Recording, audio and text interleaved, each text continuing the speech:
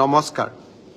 এইকেইটা দিন আমাৰ 2-3টা নতুন প্ৰচেষ্টা যে নিযুত মইনা আঁচনিখনৰ হিতাধিকাৰীসকলক অক্টোবৰ মাহৰ ভিতৰত আমি তেওঁলোকৰ প্ৰথম কিস্তিৰ ধন আদায় দিয়া।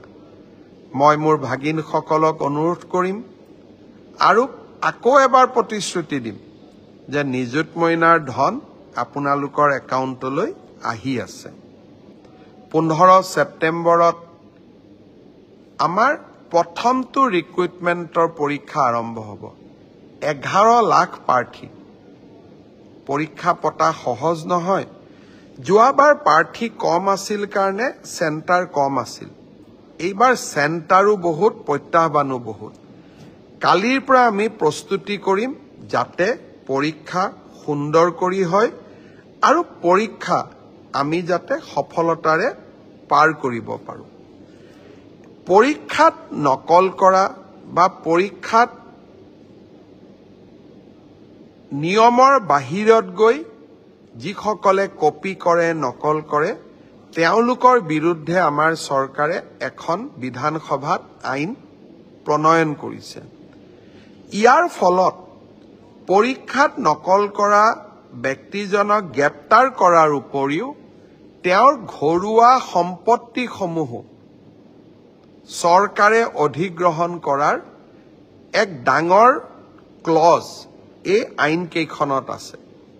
2-এদিনৰ ভিতৰতে আমি এই আইনখনৰ বিষয়েও বহুল প্ৰচাৰ কৰিম।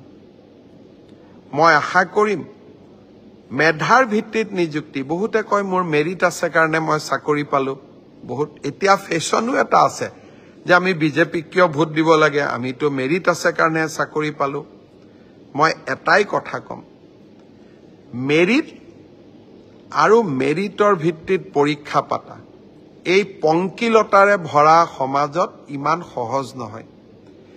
এক প্ৰকাৰ অহা কালি পৰহিৰ পৰা আমাৰ অফিচাৰসকলে ৰাতিয়ে দিনে কাম কৰিব লাগিব যাতে 15 ছেপ্টেম্বৰৰ পৰীক্ষা নিকা হয়। কিন্তু মুখ্যমন্ত্ৰী বা আন মন্ত্ৰীসকলে যদি বিচাৰে পৰীক্ষা নিকা হ'ব নালাগে, মোৰ মানুহে চাকৰি পাওক, তেতিয়াহ'লে সকলো কথা সহজ। 7ৰ বিপৰীতে গৈ আমি কাম কৰিছোঁ। পৰীক্ষা নিকা হওক, আমাৰ মানুহে পাওক নাপাওক, মেধাৰ ভিত্তিত চাকৰি হওক।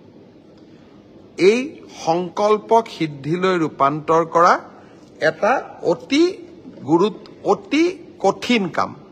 15 ছেপ্টেম্বৰত আমি আকৌ এটা শিক্ষাৰ্থীসকলেও পৰীক্ষা দিব, চৰকাৰেও এটা কঠিন পৰীক্ষাৰ সন্মুখীন হ'ব।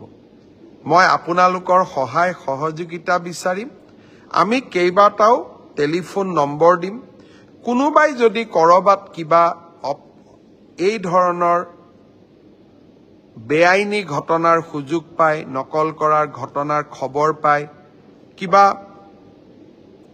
নকৰিবলগীয়া কাম কৰিব এনেকুৱা আগতীয়া খবৰ পায়, আপোনালোকে যাতে আমাক জনাব পাৰে। 15 ছেপ্টেম্বৰৰ পৰীক্ষাটো চৰকাৰে নহয়, অসমবাসীয়ে লগ লাগি আমি সুন্দৰ কৰি পালন কৰিব লাগিব।